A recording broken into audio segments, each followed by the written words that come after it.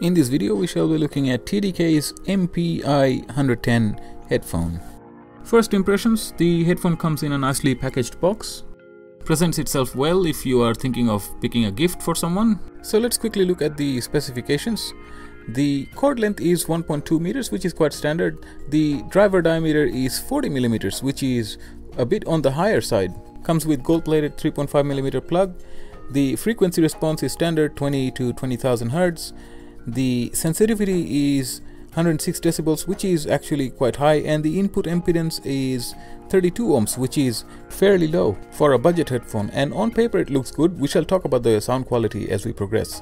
The content of the box was just a headphone, one unit. There is no converter jacks or anything like that, just one piece. Initial thoughts on build quality is that it's almost entirely made out of plastic. There is no metal to be seen. There's an inline controller which allows volume adjustment and to answer phone calls, and there's a mic inbuilt as well. The cable length between the microphone and the headset is just a few inches long. This is probably to keep the microphone within reasonable distance when making a phone call, and I have made phone calls using this. The listener on the other side can hear me quite easily, and everything else works just as it should. The call answering button and the volume controller work just fine. The cable itself has a sort of matte finishing, and it is quite flexible and soft feeling, so the feel factor is helped a little bit.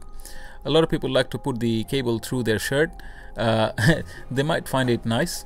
The jack, as mentioned, is gold plated and has a 45-degree curve, which is to cater for various type of devices out there. Some plug from the top, some plug from the side. So this is sort of like TDK's answer to the middle ground. Now let's look at the various aspects of the headset itself. The headband is adjustable by about an inch on either side. The headband in its entirety is made of plastic, and there is no cushioning or anything like that on the top. Having said that, there is some amount of firmness and some amount of flexibility in such a way that the headset remains on our ears even when we are walking or up to light jog, and that is further helped by the fact that it is very light. It's just about 500 grams, so the headband need not be too firm, and the ear cups do a reasonably decent job in keeping the cups in position. And the padding itself is made of fully synthetic material, which can either make or break the deal. In this case, it just happens to work. Now this somewhat reminds me of the Audio-Technica ATH M30 that we reviewed earlier, which also has synthetic material for its ear cups, but it feels a little bit better. And the headphone itself is of course in a different league, so it has to feel better. But the reason why I showed the Audio-Technica is because it's surprising how close this headphone actually gets to that. Not that there is no compromise at all. The internal lining, the black part, is actually foam instead of fabric. And the overall plastic construction is functionally quite fine. There's no complaints there, but aesthetically, well, someone may complain that it doesn't look exclusive enough. Beyond the physical attributes, let's talk about how it sounds. The first word I'm going to say is that it's reasonable. For the duration of time that I have tested this headphone on variety of different kinds of contents, not once were there any clipping or distortion. Not once. Yes, well, I have to agree that I'm not totally blown away.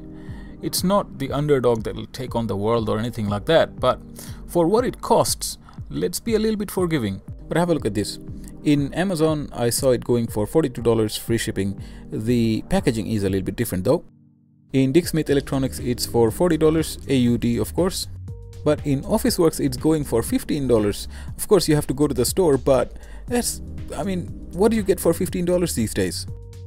So based on that last price, it is like beyond anything that you can compare it with at that price point. And it has plenty going for it. It is very lightweight, and it stays on even if you're jogging, and it's comfortable, and the sound is actually quite reasonable.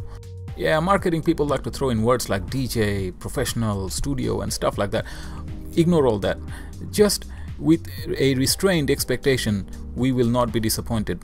I mean, when I tested, I was wearing a studio monitor, and then the next moment I'm wearing this, and yet it doesn't fall back too far behind. So that has to go to its credit. So for someone who has ultra tight budget, like $15 tight budget, or for someone who thinks that it might get lost, or you want to give it to the kids, or you are not an audiophile, you just want something that sounds reasonably decent, and you can make phone calls, and you just want to be listening to some music or something like that while you're on a bus or train or something like that. This is actually quite a good value for money. Thank you for watching this video. I hope you've enjoyed it. What you liked or disliked about this video, please be sure to leave a note on the comment section below, and also please subscribe in order to stay updated with our latest upcoming videos. Hope to see you next time. Bye for now.